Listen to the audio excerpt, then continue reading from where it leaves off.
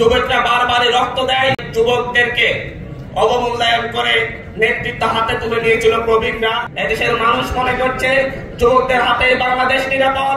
আমরা দিল্লির দাসত্ব থেকে বাংলাদেশকে মুক্ত করেছি। ছাত্র, যুবক, শ্রমিক এবং জনতা সকলে এক কাতারে এসে মিলিত হয়েছে। উদ্দেশ্য ছিল একটাই, এই দেশকে দিল্লির দাসত্ব থেকে মুক্ত করা। আমাদের পূর্বপুরুষরা ব্রিটিশদের থেকে মুক্তি দিয়েছে, পাকিস্তানিদের থেকে মুক্তি দিয়েছে, আর আমরা এই যুবকরা আমাদের অভিভাবকদেরকে সাথে নিয়ে আমরা দিল্লির দাসত্ব থেকে বাংলাদেশকে মুক্ত করেছি। আমরা যতবারই ইতিহাসের দিকে তাকাই, ইতিহাসের প্রতিটি ফাঁক বদলে নেতৃত্ব দিয়েছে যুবকরা, কিন্তু প্রতিবারই যতবারই ইতিহাসের ফাঁক বদল ঘটিয়ে দিয়েছে যুবকরা, ততবারই যুবকদেরকে অবমূল্যায়ন করে নেতৃত্ব হাতে তুলে নিয়েছিল প্রবীণরা। আমরা এখানে প্রবীণ যুবকদের ভেদাভেদ সৃষ্টি করতে আসিনি।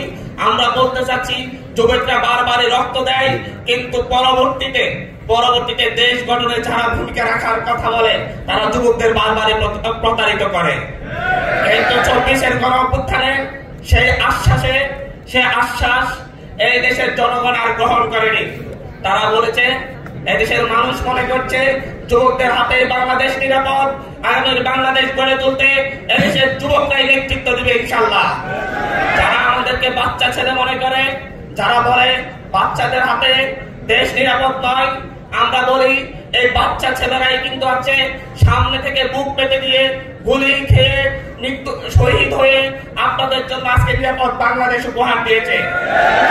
নবীন প্রবীণের সংমিশ্রণে যদি প্রবীণরা যদি নবীনদেরকে গ্রহণ করতে না পারে, তাহলে ইতিহাসের এই বাঁক বদলের মুহূর্তে বাংলাদেশকে এক ধরনের একটি প্রজন্মের সংঘাতের দিকে আপনারা ধাবিত করছেন বলে আমরা মনে করব।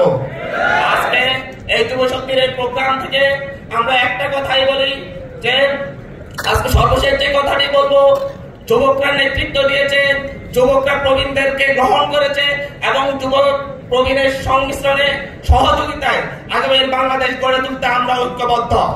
আমরা কোনো ভেদাভেদ চাই না। দলমত নির্বিশেষে যারাই অভ্যুত্থানে অংশগ্রহণ করেছে, যারা একসাথে লড়াই করেছে, প্রত্যেককে সাথে নিয়ে আগামীর বাংলাদেশ গড়তে চাই। এই হোক আমাদের আজকের এই যুব শক্তির আয়োজনে যে আন্তর্জাতিক যুব সম্মেলনের যে প্রোগ্রাম, এই প্রোগ্রাম আমাদের প্রতিজ্ঞা। কথা একটাই, যুবই শক্তি, যুবই অঙ্গীকার।